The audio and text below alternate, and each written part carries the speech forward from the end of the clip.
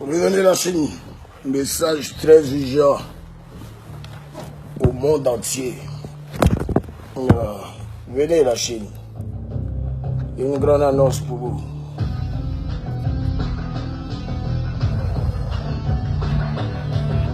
Venez nombreux, nombreux, nombreux.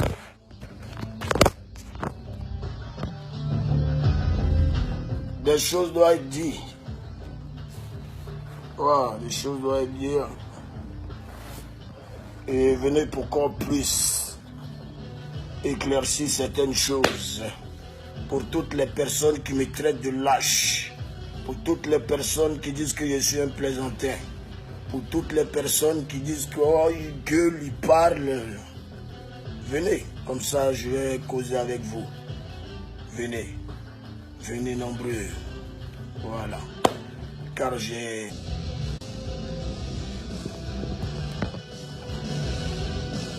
Ok, venez nombreux. Ça va péter là, ça va péter. Oui. Tous ceux qui m'ont traité de lâche, de tapette, venez. J'ai une annonce à vous faire. Bande de rageux, de sorciers. Je suis là pour vous car ce que je vous dis là, c'est trop doux. C'est inimaginable. Donc venez. Il n'y a pas de réseau, je suis obligé. Ok, c'est bon, j'ai. Ok. La Chine. Voilà. J'ai observé un peu tout le monde.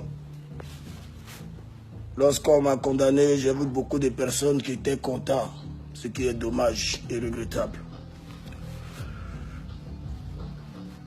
Je tiens à vous annoncer officiellement que je ne suis pas une tapette. Voilà. Je ne suis pas une tapette. Écoutez bien une petite histoire. Écoutez très bien une petite histoire. Là, vous allez comprendre que je ne suis pas une tapette. Avant-hier, j'étais dans une boîte de nuit. Et j'étais tranquillement assis dans mon coin. Et j'étais en train de m'amuser normalement. Je payais mes bouteilles, j'ai commencé à faire la fête, ce qui est normal. Et imaginez que voilà, mettez-vous à ma place hein, par rapport à ce que je vais dire tout de suite là. Mettez-vous vraiment à ma place. Je vais dans la salle où on fume, au fumoir. Donc je vois un de mes petits d'Abidjan, qui est mon petit, avec qui j'ai une très bonne affinité. Je ne vais pas l'afficher ici, mais j'ai une très bonne affinité avec lui. Donc je rentre dans le fumoir, je vois mon petit, on commence à causer, on cause. Et fils, comment ça va, tout ça, la famille. Et il me dit, ouais, ça va, que lui rentre à Abidjan vendredi, au fait. Il dit, il n'y a pas de problème. Moi, en tout cas, moi, ici en France, ici, quoi. Voilà, moi, j'ai décidé de rester ici, moi, je suis là. Et que si tu vas à Abidjan, salut toute la famille là-bas en Algérie. Il me dit, mais, vieux père, ton papa, il est mort, non? Je dis, madame petit, il y a des paroles comme ça en toi et moi. Tu me demandes, mais toi tu ne sais pas que mon papa est mort. Tu vas venir me demander dans une boîte de nuit où tout le monde a bu là, si mon papa est mort. Et il me dit, quand ton papa est mort, ils l'ont enterré à Diaké, non? Je dis oui, ils ont enterré mon papa à Diaké, que nous tous on est d'Adiaké. Même si moi je meurs, c'est à Diaké, ils vont m'enterrer. Voilà, ici un fils d'Adiaké. Ouais, quoi encore? Et il me dit que lui aussi, son papa est mort. Et qu'ils ont enterré son papa aussi à Diaké. Il est d'accord. Mais où veux-tu en venir? Et puis on est dans la boîte de nuit, on est en train de boire là. C'est là que tu as venu parler des morts. Tu es sorcier ou même petit, tu es devenu sorcier ou bien qu'est-ce qui se passe? Tu as quel problème? Il dit non, viens pas comme toi, il vient t'expliquer. Je dis, bon, ok, il t'écoute. Il dit, écoutez très bien ma question. Écoutez très bien la question. Écoutez très bien la question que ce petit m'a posée. C'est-à-dire, j'en parle même et puis j'ai mal.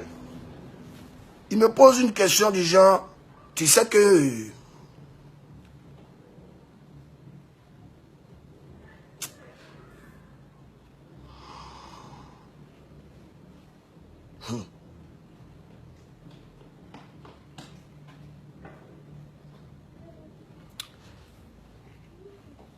Il me dit, tu sais que ton papa était pauvre avant de mourir, non? Il dit, mais petit, comment est-ce que tu as venu me demander même que mon papa était pauvre, tout ça? Attends, tu veux quoi même? Tu veux les problèmes? Tu veux quoi? Et après, je lui dis, bon arrête, bon, moi je bouge. Je dis à mes gars que je bouge. Et il m'attrape encore, il dit, non, viens. Ça veut dire qu'il il est vraiment... Tu finis d'insulter mon père, tu dis, est-ce que tu sais que ton père était pauvre? Déjà là, même si c'est vous, comment allez-vous réagir? Comment allez-vous réagir? Bon, chacun a son comportement, mais là, ton papa est mort, il ne vit plus. Et quelqu'un te parle comme ça. J'ai dit, oui, mon père était pauvre. Et il me dit que tu sais que moi, mon papa, il était très mal riche, non? Tu connais, non?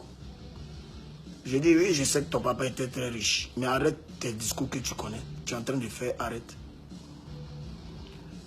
Et puis, il a osé me dire que, tu vois de la manière dont mon papa était très riche que ton papa, et puis les deux sont morts, on les a enterrés à Diaké. Ça veut dire que de la même manière que toi, mon grand frère Arafat, tu es arrêté devant moi. Ça veut dire que moi, je suis l'homme plus que ça. Il m'a dit en gros, tu sais que toi-même Arafat, tu es arrêté devant moi. Tu sais que tu n'es rien, non, du moment où ton papa n'a rien, il est mort pauvre là. Et que toi, en gros, et que lui, son père, est mort multimilliardaire là. Lui, il dit que moi, Arafat, je suis arrêté devant lui. Moi, il ne sait rien du moment où lui, sa famille est riche. Mettez-vous dans ma peau quand je vous explique cette histoire. Et puis, vu-moi développer votre gamme. Vous voyez, il y a des gens qui se permettent de dire ça aux gens. Ton papa était riche, je m'en fous de ça. La richesse de ton père n'est pas ta richesse. Ton père, c'est ta richesse, oui. Mais ton père s'est débrouillé dans sa vie pour avoir cette richesse. Mais toi, son enfant, qu'est-ce que tu as dans ton compte bancaire? Qu'est-ce que tu portes? Qu'est-ce que tu as dans ton compte? Qu'est-ce que tu fais? Mon papa, mon papa, mon papa, mon papa. Quel exemple tu veux donner? C'est vous, le genre d'enfants, des riches, qui gâtez le nom de vos parents, qui salissez le nom de vos familles. Donc, quand vous parlez, expliquez le ce et le pourquoi. Moi, personnellement, tu ne prends pas l'exemple sur ma famille. C'est parce que mon père, d'après toi, était pauvre par rapport à ton père que tu es venu me parler comme ça. Mais ce n'est pas grave. Dieu est Dieu et il a un projet pour chacun. Mais petit, il faut savoir tenir ta langue. Je ne te menace pas, je ne vais jamais te menacer. Je ne suis pas en train de te menacer. Mais toi, ce jeune homme qui m'a parlé comme ça, dans la boîte, voilà la vraie vérité de ce qui s'est passé. Parce que ce petit est très insolent. Plus jamais encore. Tu vas parler de mon père qui est mort. Laisse-lui là-bas, s'il te plaît. Il était pauvre, ce n'est pas ton problème. Ton papa est riche. C'est ton problème. Mais sache juste que ton papa est riche, mais il n'est pas à côté de toi actuellement. On va pas l'argent là-bas. On va pas avec l'argent là-bas. Voilà. C'était pour vous faire comprendre que dans la vie, il y a des gens qui se prennent pour des... Je sais pas. Moi, je ne dis pas que je suis le plus riche. Hein. Le peu que j'ai là, ça me suffit. Mais le peu que j'ai, déjà, on veut me tuer. Et quand ça va exagérer, ça va être comment? Mais bon, avec Dieu, il n'y a rien. Donc, pour ceux qui savent, cette personne, en gros, c'est ce qu'il a fait. Il m'a manqué de respect, il a manqué de respect à ma famille, il a manqué de respect à ma fierté. Il m'a regardé, il m'a dit que lui, oui, moi, je suis en face de lui, je sais que je ne suis rien devant lui, non. Toi, tu es quoi? Pardon. Tu vas marcher même dans ton quartier, tu ne vas même pas savoir ce qui passe. Moi, je suis le draineur. Je suis aujourd'hui Deng Xiaoping, le président de la Chine populaire.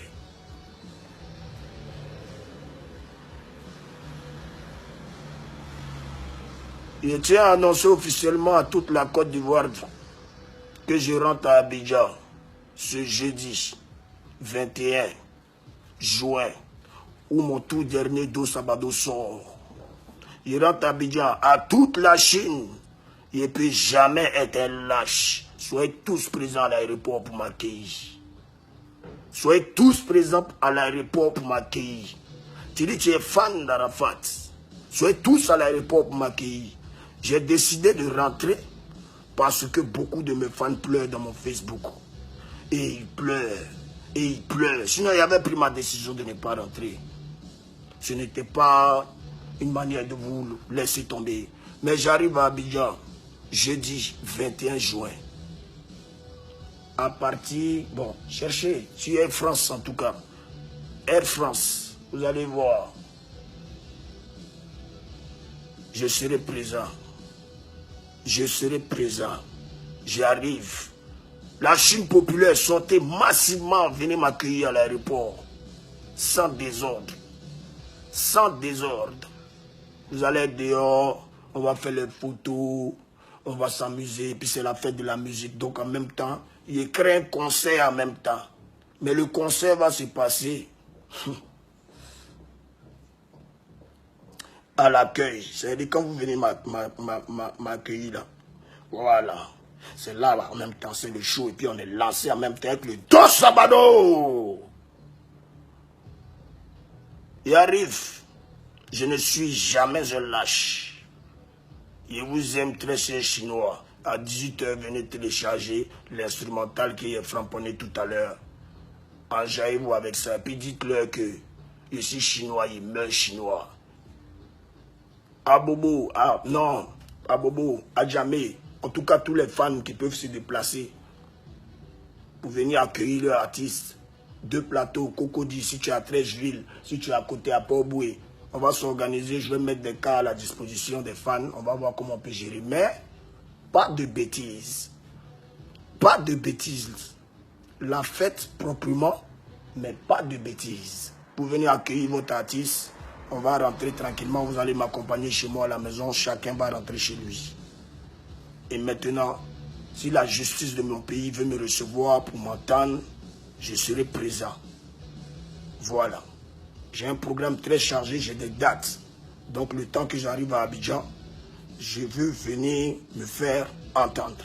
Je rentre dans mon pays tranquillement pour venir montrer à la justice de mon pays que je ne suis pas un lâche et que je suis venu répondre de mes actes.